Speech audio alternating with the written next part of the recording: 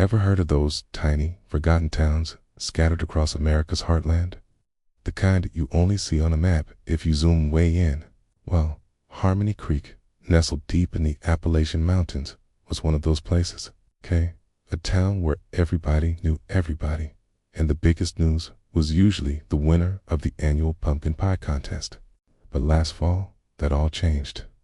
Something ancient and hungry woke up in those woods, and the whispers started. Whispers of a creature, a legend, some said, that had returned to claim the night. It began subtly. A missing pet here, a spooked flock of sheep there. Old Man Hemlock, who'd lived on the edge of the woods his whole life, swore he saw something with glowing eyes watching him from the tree line. Most people just chuckled and blamed it on too much moonshine. But then, the first person went missing. A hiker, an outsider from the city, who'd ignored the warnings about wandering off the main trails after dark. All they found was a single, tattered boot and a trail of blood that just stopped. That's when the real fear set in. Sheriff Brody, a man who'd spent 20 years dealing with nothing more than speeding tickets and teenage pranks, was completely out of his depth. He organized search parties, brought in dogs, but the forest was silent. It was as if the woods themselves had swallowed the hiker whole. The townspeople started locking their doors at sunset, something they hadn't done in generations. The familiar, comforting sounds of the night were replaced by an eerie silence, broken only by the howl of the wind, or was it something else? A local historian, a woman named Eleanor Vance, started digging through the town's oldest records. She was a bit of an outcast, always more interested in dusty books than town gossip. She found stories, journal entries from the town's founders dating back to the late 1700s. They spoke of a curse tied to the full moon, a beast that stalked the mountains. The entries described a massive, wolf-like creature, walking on two legs, with an unnatural intelligence and a chilling, almost human-like cunning. They called it the Shadow of the Ridge. The accounts were so terrifying, so detailed, that Sheriff Brody couldn't dismiss them as folklore anymore. The next full moon was approaching, and the tension in Harmony Creek was a physical thing. You could feel it in the air. Brody, desperate, decided to set a trap.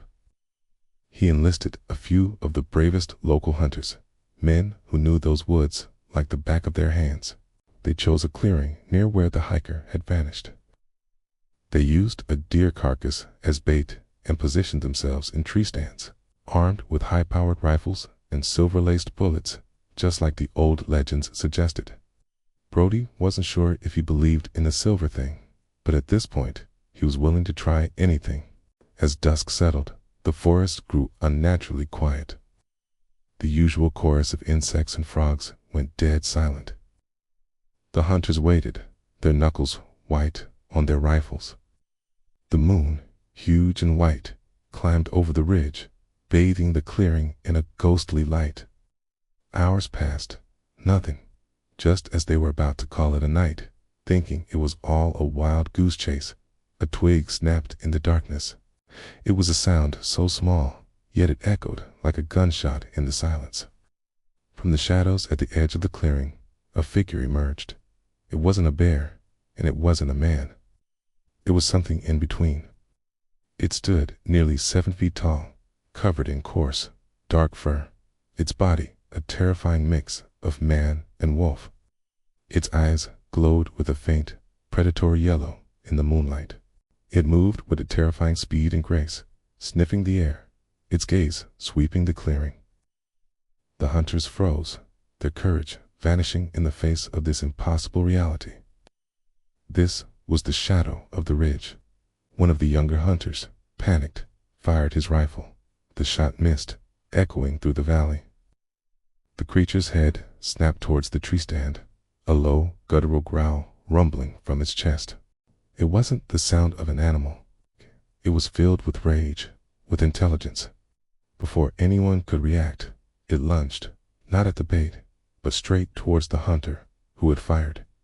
With one powerful leap, it scaled the 20-foot tree in seconds. The man's scream was cut short. Sheriff Brody, watching from his position across the clearing, was paralyzed by a fear he'd never known. This wasn't just a monster, it was a killer. He saw it then, in the way it moved, the way it hunted. This was personal. Key raised his own rifle, the one loaded with Eleanor's silver-tipped rounds, took a deep breath, and aimed. He knew this was Harmony Creek's only chance. He had to end this, tonight. But as he looked into those intelligent, glowing eyes, a horrifying thought struck him. The creature wasn't just a monster. It looked familiar. Underneath the fur and the rage, was there a flicker of recognition? Could the monster be one of them? The beast turned from its victim, its gaze locking onto Brody. It took a step towards him. A deep growl turning into something that almost sounded like a word, a name, twisted by the monster's throat. The sheriff's blood ran cold. He realized the town's true horror wasn't the monster in the woods, but the monster that walked among them during the day. The question was no longer what it was, but who. What happened next in Harmony Creek is a story that's still only told in hushed whispers. Sheriff Brody pulled the trigger, and if he did, who fell when the smoke cleared? The official records are sealed, and those who were there that night refuse to speak of it. But sometimes, when the moon is full and hangs heavy over the Appalachian peaks, the locals say you can still hear a howl echoing from the ridges.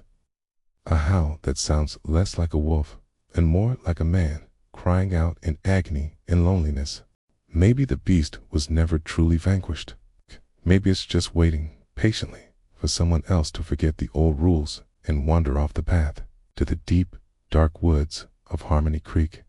Thanks for watching, and if you find yourself in a small town with a dark legend, maybe listen to the locals. Don't forget to follow 4 more stories from the forgotten corners of the map.